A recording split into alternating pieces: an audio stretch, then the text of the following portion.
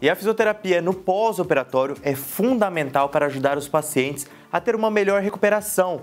Mas para a gente entender um pouco mais sobre a importância desse profissional e como isso é possível, convidamos a fisioterapeuta Daniele Rodrigues. Tudo bom, Daniele?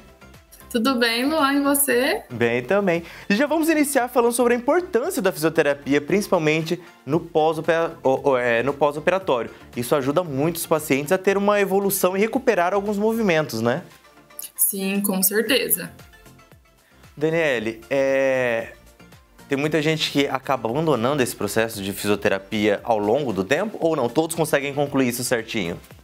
Infelizmente, Luan, uma boa parte dos pacientes eles abandonam, assim, porque acreditam que não vão melhorar e aí eles acabam desistindo mesmo, até porque no pós-operatório não é só uma vez na semana, você precisa ir com mais frequência.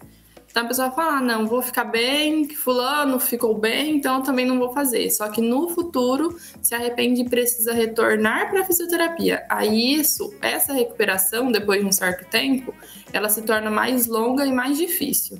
Então, quanto mais próximo ao período que foi feita essa cirurgia, essa intervenção, melhor para o paciente.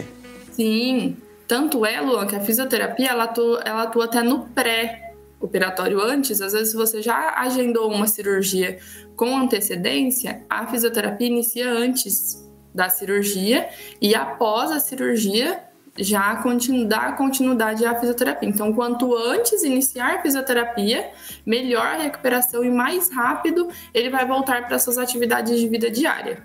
Para quem passou por uma cirurgia ou por algum outro procedimento, tem um tempo que tem que esperar a cicatrização ou alguma coisa antes de iniciar a fisioterapia ou já pode ir logo na sequência? Logo na sequência, a fisioterapia ela ajuda nesse processo de cicatrização. Então, assim, tem várias... É utilizado o ultrassom e outros aparelhos também para melhorar essa cicatrização. E a partir daí, você já inicia com um ganho de amplitude de movimento. Dependendo da região, principalmente ortopédica, é articular. Então, perde movimento. Então, você tem que ir de pouquinho ganhando a ADM.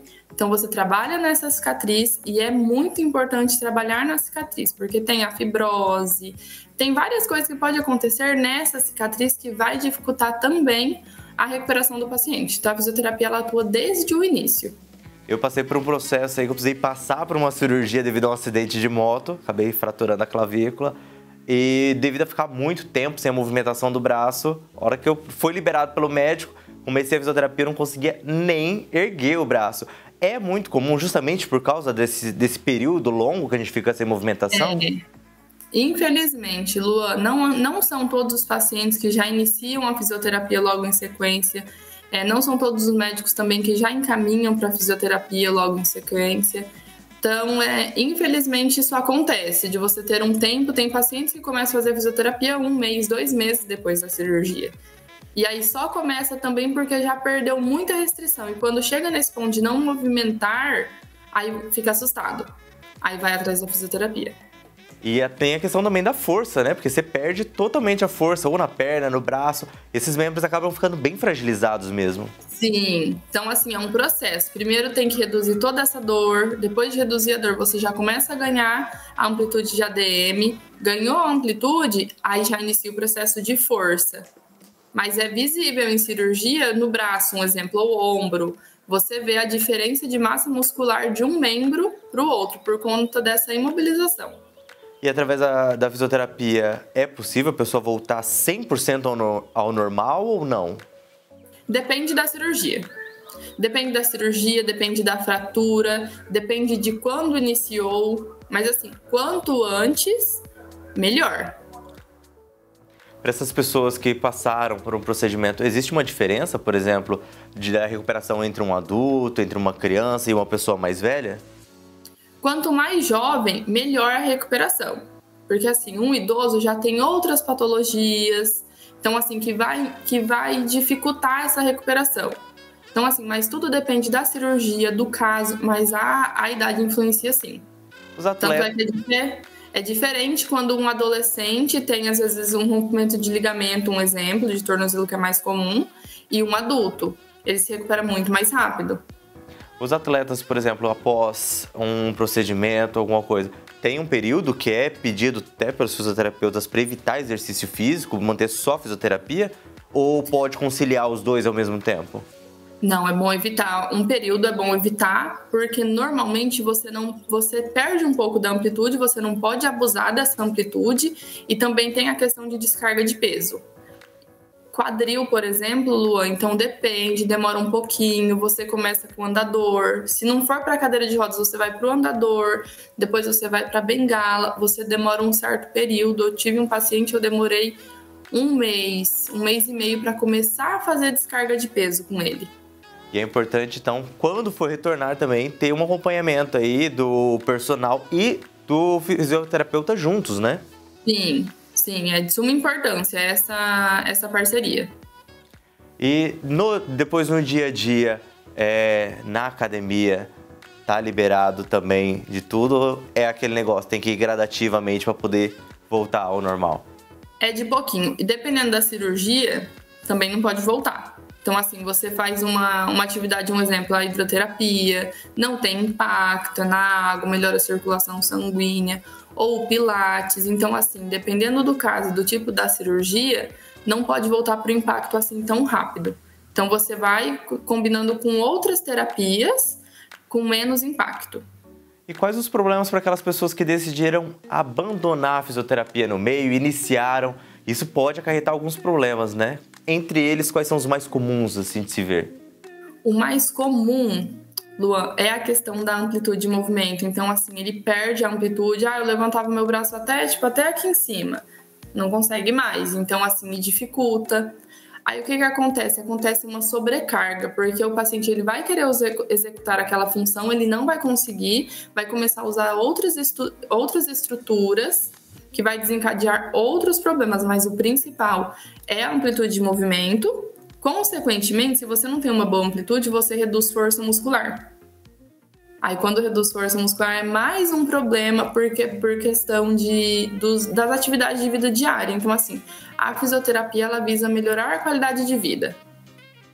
E quando isso acontece, abandonei a fisioterapia, depois de um tempo, eu consigo retornar e ter ainda uma recuperação? Ou não, eu acabo estragando todo esse processo? Dá para retornar, só que o resultado já tem chance de não ser tão bom quanto seria se ele tivesse começado já após a cirurgia. Agora, para aquelas pessoas que acabam iniciando fisioterapia ou escutam algum familiar que fez fisioterapia, passa um exercício ou outro, é recomendado isso? Ficar pegando exercício de amigo ou até mesmo na internet para aquele problema que acha que tem? De forma alguma, Luan. Tem vários pacientes que eu atendo que faz coisas erradas, faz exercícios errados e piora o quadro dele. Aí tem que vir, aí o fisioterapeuta ajuda, melhora, só que assim, talvez em um atendimento, o que você melhorar em um atendimento, você precisa aumentar a quantidade de atendimentos para melhorar aquele caso que não era para ter piorado, se não tivesse seguido a dicas de amigos. E tem muitas dicas, Luan, infelizmente. Receitinha caseira é o que não falta, né? E muitas vezes acaba piorando. Já chegou o paciente até aqui com a perna queimada, porque não sei quem falou que tinha que colocar alho na perna, que tirava dor. Queimou, Luan. Eu já passei, quando eu fiz a minha época de fisioterapia, a doutora sempre falava pra mim assim, faça os exercícios em casa, não adianta vir uma vez por semana, 2 vezes por semana, e chegar em casa, ficar só deitado. E sabe realmente quando o paciente fez ou não fez exercício, né? Sabe. Então, assim, é fundamental seguir as orientações do fisioterapeuta, que o fisioterapeuta está acompanhando. É igual eu sempre falo, Luan, é um conjunto entre eu e o paciente. Ele precisa do meu atendimento e eu preciso que ele siga as minhas orientações, porque eu só mostro o caminho. O paciente decide se ele quer seguir aquele caminho ou não. Então, é muito mais importante a contribuição do paciente do que a minha. E qual que é o mais fácil de se tratar, a amplitude ou a dor? Depende. Tudo vai depender. Hoje, o meu foco maior é a dor. Então, antes de tudo, Luan, eu preciso tratar essa dor. Agora você tem que investigar se essa dor é nervo, é articulação, é músculo, é uma inflamação. Então você trata todo esse processo. Aí você recupera. Recuperou a dor, você já inicia o trabalho de amplitude de movimento. Mas assim, não tem como eu tentar ganhar amplitude com dor. Preciso tratar tudo isso, todas essas disfunções, para iniciar o processo de ganho de amplitude. E também tem a questão psicológica, né? Às vezes o medo de fazer um movimento, de se machucar. Isso acontece muito e tem que ser feito esse acompanhamento com o paciente, essa conversa junto com o paciente? Sim, com certeza. Aqui na clínica eu atendo um paciente por vez. Tem algumas clínicas que atendem mais de um paciente, né? Então, assim, eu tenho horário que eu marco com aquele paciente, eu fico 1 hora com a minha atenção voltada 100% para ele. Então, ele precisa confiar em mim. Então, eu explico tudo o que eu faço, eu sou muito aberta para dúvidas. Então, assim, você precisa passar a confiança, criar um vínculo com aquele paciente. A partir do momento que ele confia em você, ele vai fazer tudo o que você falar, porque ele confia em você. Então, é importante essa relação.